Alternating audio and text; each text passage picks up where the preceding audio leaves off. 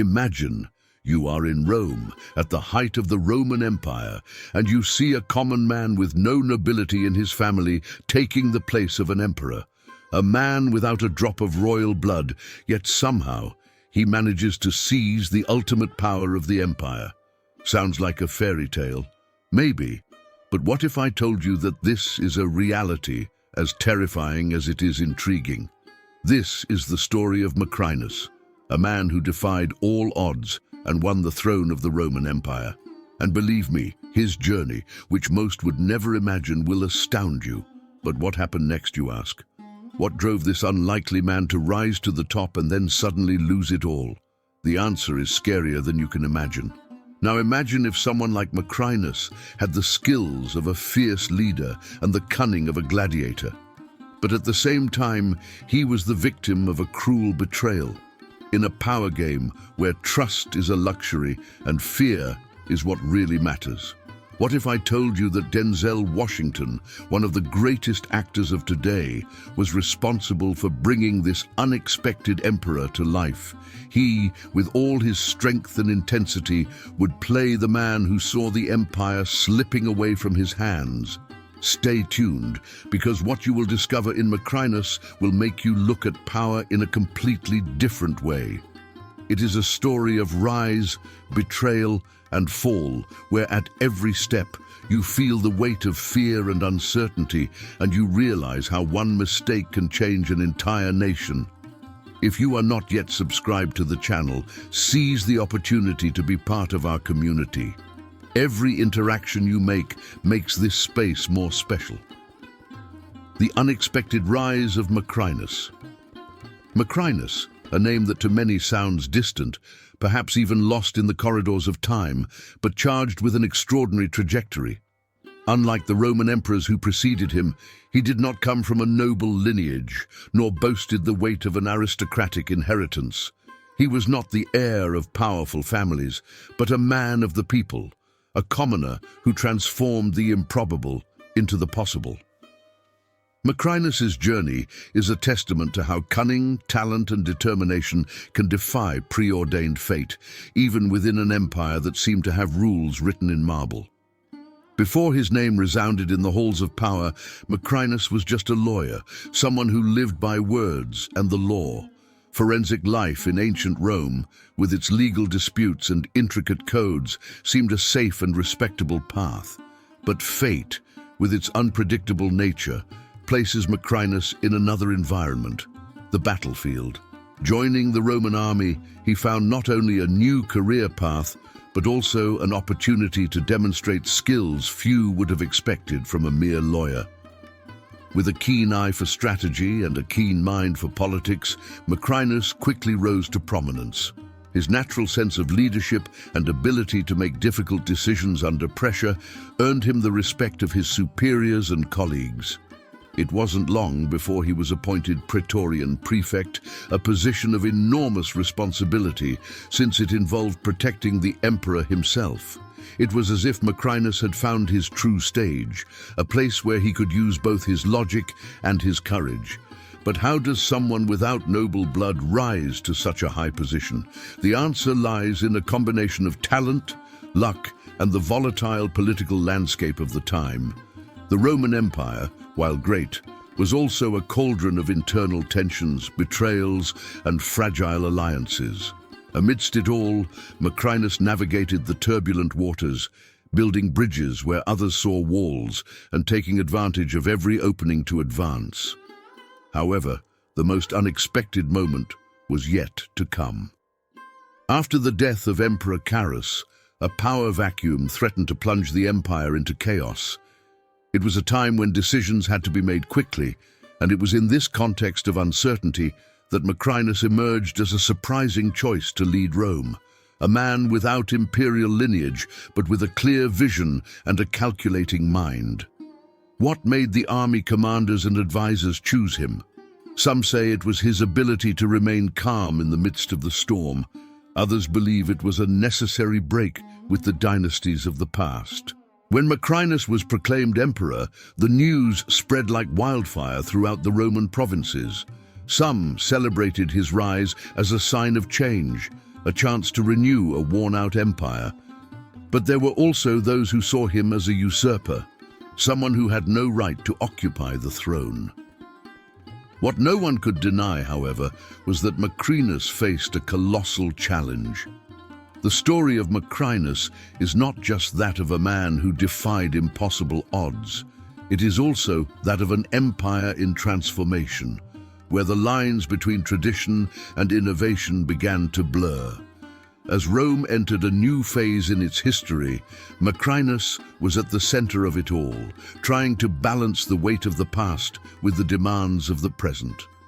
And so, faced with an empire that regarded him with suspicion and expectation, Macrinus began to follow a path that would change his life forever. But what happens when an ordinary man finds himself in an extraordinary position? When the weight of an empire rests on the shoulders of someone who was never willing to carry it? The answer lies in the next phase of your journey, a time when alliances are tested, crucial decisions are made, and the true price of power is revealed. Did you find this interesting so far? Like me, so I know you enjoy this type of content. When Macrinus was proclaimed emperor, Rome was at a crossroads. The vast and diverse empire had been ruled by a succession of powerful dynasties, and the weight of tradition loomed over every decision. The rise of Macrinus was a turning point. A man who came not of noble blood, but of modest origins. To some, this was a sign of hope, to others, an unforgivable affront. Macrinus knew his position was weak. He had neither the support of an imperial lineage nor the unquestioning acceptance of the Roman elite. His rule began in uncertainty. Rumors were rife in the corridors of power, and his every move was viewed with a mixture of skepticism and distrust. To cope, Macrinus sought to rely on his political skill, negotiating alliances and taking measures that could stabilize the situation. One of his first challenges was to deal with the threat of military revolts. The army, central to his rise, was also a cauldron of tensions. Soldiers were dissatisfied with delayed pay and unfulfilled promises of rewards for past campaigns. Macrinus attempted to solve this problem by raising troops' pay, but this decision, while pragmatic in the short term, drained the imperial coffers and aroused criticism among senators and provincial governors. Meanwhile, in the heart of Rome, political intrigue continued to unfold. The Severan dynasty, which had ruled before Macrinus, still had loyal followers scattered throughout the empire. Sympathizers of Caracalla and his family saw Macrinus as an impostor, a man who had usurped the rightful place of the Severans. These supporters began to conspire against him, creating networks of support to destabilize his rule. Macrinus, however, was not easily intimidated. He knew he had to demonstrate strength, and one of his first major decisions was to confront Parthia, one of the greatest external threats to the empire at the time. This conflict, which began under Caracalla, was a crucial test for the new emperor. If he could secure a victory against the Parthians, perhaps he would gain the respect he so desperately needed. However, the war against Parthia was not the triumph Macrinus had hoped for. He chose to negotiate a peace settlement, paying a significant sum to the Parthians to end the conflict. Although this decision avoided further bloodshed, it was seen by many in Rome as a sign of weakness. For an empire accustomed to imposing its will by force, the negotiated peace was a blow to national pride. Despite these difficulties, Macrinus showed resilience. He attempted to implement administrative reforms, looking for ways to improve the management of the provinces and reduce the excessive spending that had accumulated under his predecessors. But reforms, while necessary, took time, something Macrinus did not have in abundance. The pressure was growing on all sides. Forces loyal to the Severian dynasty began to strengthen, especially with the emergence of a young pretender to the throne, Elagabalus, a distant relative of Caracalla. Elagabalus's appeal lay in his lineage, something Macrinus could never offer. When troops began to switch sides with the young Severian, the emperor knew he was in real danger. Macrinus had begun his reign with hope, but now he faced an increasingly bleak landscape. The empire he sought to lead was torn between tradition and change, loyalty and betrayal. His struggle to maintain power grew more difficult every day, and the cost of his decisions began to pile up. And so, as the skies above Rome grew increasingly cloudy, Macrinus looked ahead, knowing that the next step would be decisive. He was about to enter a confrontation that would not only test his leadership, but define his place in history. As tensions between dynasties and ruthless politics collide, leaders discover whether they have what it takes to stand or whether they will succumb to the forces around them. Has anything stood out to you so far? Share in the comments. Your insight matters. The fall of Macrinus. Tradition versus betrayal. The fall of Macrinus began long before the battles were fought. The real war was in the silence of the corridors, in the secret meetings and encrypted messages exchanged between conspirators. As a man who rose to power without the approval of the traditional elites, he was always seen as a usurper. But Macrinus was not just an emperor without pedigree, he was also a symbol of change that many were not ready to accept. The spark that would fuel the fire was the rise of Elagabalus. The young, charismatic and deeply connected to the Severian dynasty, he became the figurehead that Macrinus's opponents needed. He was too young to lead, but perfect to inspire. Manipulated by his mother, Julia Soaemius, and other strategic allies, Elagabalus was presented as the rightful heir to the throne. His name spread throughout the empire, full of promises to restore the glory of the Severans and reverse the weaknesses of Macrinus's rule. In the meantime, Macrinus's government began to crumble. The peace pact with the Parthians, which initially brought stability, became a weapon against him. The narrative of his alleged cowardice gained traction among the soldiers, who preferred a leader who would lead them to victory rather than negotiations. Revolts broke out in some provinces, and confidence in the emperor declined dramatically. But the betrayal that truly sealed his fate came from within his own forces. The army, which had been the pillar of his rise, became the stage for his downfall. Many generals began to transfer their allegiance to Elagabalus, seduced by the promise of a more traditional government and perhaps more profitable for their personal ambitions. Desertion became an epidemic, and every soldier who abandoned his post took with him not only the weapons, but the hope of Macrinus. The final battle of Antioch was the culmination of this dispute. Macrinus tried to rally his forces to face Elagabalus's armies, but he met resistance even among those who still remained on his side. Antioch was a strategic city, and whoever controlled it would have a significant advantage. Macrinus knew this, but he also knew that his army was unmotivated and divided. The battle was brutal and disorderly. While Elagabalus's forces attacked with fervor, Macrinus's troops fought half-heartedly. The battle, which should have been the final demonstration of his authority, turned into a spectacle of treachery. Generals deserted in the midst of the fighting, taking hundreds of soldiers with them. The defeat was swift and devastating, and Macrinus, realizing that all was lost, fled. But the empire does not forgive weakness, and Macrinus's flight was only a prelude to his eventual fate. He was captured soon afterward, betrayed by those who once swore fealty to him. His execution was swift, but the message he carried resonated throughout Rome. No one defied traditional dynasties and got away with it. Yet Macrinus's story is not all about failure. It speaks of the relentless forces that shaped the Roman Empire, of how power could be won through skill but lost through circumstances beyond any one man's control. Its rise and fall demonstrated that Roman politics was a game in which players were consumed as quickly as they were elevated. And as Macrinus's body faded into the past, the question looming over Rome was, what would Elagabalus's rule bring? The Severan dynasty was back, but did that mean stability?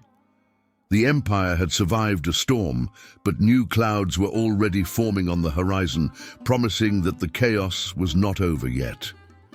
Which part has caught your attention the most so far? Leave it in the comments. We want to hear your thoughts. The end of an empire and the legacy of Macrinus. When Macrinus fell, the Roman Empire felt a mixture of relief and tension. Relief, because for many, his fall symbolized the return of the traditional order. But tension came from the fact that the new ruler, Elagabalus, brought with him an uncertain future. Macrinus's life, however, did not end with his execution. His rule, though brief, left marks that Rome would never forget. Macrinus's legacy began to form at the moment of his defeat. During the transition period, many wondered how a man so far removed from the nobility could rise to the top of such a powerful empire. He demonstrated that even in a rigidly stratified society, talent and determination could challenge old traditions. However, his fate was also a warning. Rome was not yet ready to accept leaders who deviated from established standards. Macrinus's administrative decisions clearly reflected his practical mindset. He attempted to reform the empire's finances, cutting unnecessary spending and imposing measures to regain economic stability. However, these reforms came at a high political cost. When Macrinus decided to reduce troop benefits to balance the budget, he sowed dissatisfaction that would later explode in riots. It was a choice that demonstrated his focus on the future, but left him vulnerable to the pressures of the present. A curious episode that marked his reign was the introduction of new coins bearing his effigy. In an attempt to legitimize his rule, Macrinus ordered the minting of coins that showed him as a worthy emperor. However, these coins became symbols of ridicule among the upper classes, who saw them as a physical representation of their pretensions. Despite this, today, these coins are considered precious rarities, reminding us of the irony with which history turns defeats into objects of fascination. Another intriguing aspect of Macrinus's rule was his approach to the Roman Senate. Unlike many of his predecessors, he sought to re-establish a closer dialogue with the senators, seeking political support at a time of extreme fragility. But the Senate, composed of aristocratic families deeply connected to previous dynasties, never fully trusted a man they considered an upstart. This tense relationship culminated in one of the betrayals that hastened his downfall. Macrinus's death was swift, but not without significance. After his capture, he was executed in secret, and his body never received the honors of a Roman emperor. This decision was calculated. By erasing him from official memory, subsequent leaders hoped to consolidate power and repress any memory of his rise. Yet the people of Rome, especially those of the lower classes, continued to speak of him. For some, Macrinus was a tragic figure, a man who tried to challenge an immutable system and paid the ultimate price. The fall of Macrinus also marked the beginning of a dark new chapter for the Roman Empire. Although the young Elagabalus was hailed as the savior of the Severan dynasty, his rise brought chaos and scandal that shook the empire's already weakened foundations. Many historians believe that Macrinus's brief reign was a kind of premonition, an indication that Rome was entering an era of instability in which even the strongest leaders could succumb to the uncontrollable political forces around them. As Rome advanced, Macrinus's name remained on the fringes of official history, but he never completely disappeared.